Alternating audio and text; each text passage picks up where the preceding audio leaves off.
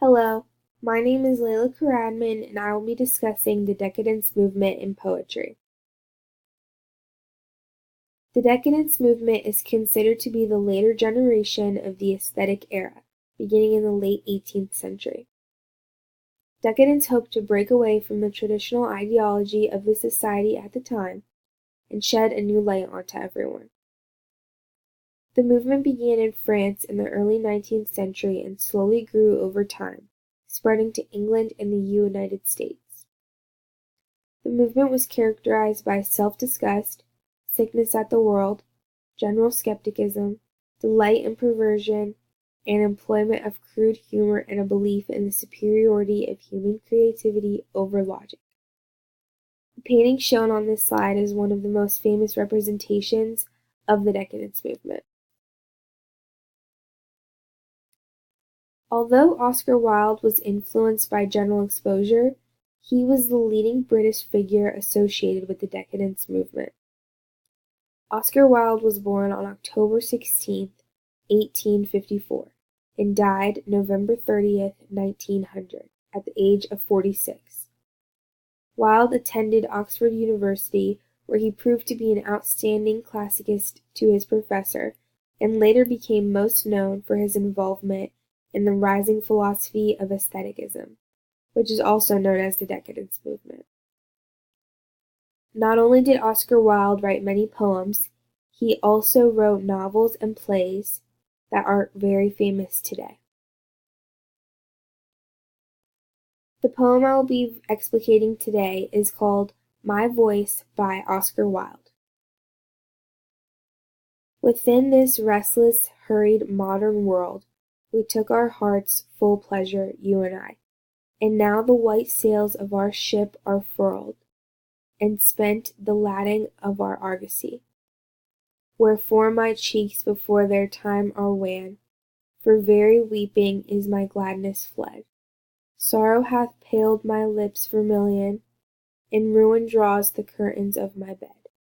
But all this crowded life has been to thee no more than lyre or lute or subtle spell of viols or the music of the sea, that sleeps a mimic echo in the shell. The speaker starts the poem by describing the restless, hurried modern world that is quickly changing that he and his loved one are living in. The speaker prides himself on how the two were able to take their hearts' full pleasure despite the changes around them. Wilde writes that the two of them were not brought down by the chaos of the world around them. They devoted their time to each other and all the pleasures of their love that brought them together. Quickly, though, the poem takes a turn. In the third line, Wilde explains that the love they have experienced is over by saying, "Now the white sails of our ship are furled." The ship that represents their love is done sailing and it has come to port where it will travel no more. The poet continues to say, "and spent the lading of our argosy."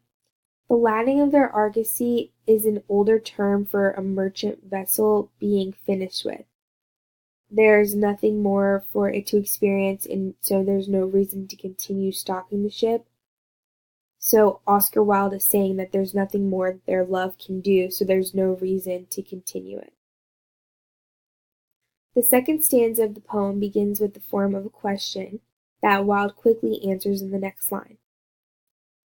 "Wherefore my cheeks before their time are wan," is asking why his cheeks appear sickly before he is old or has become ill.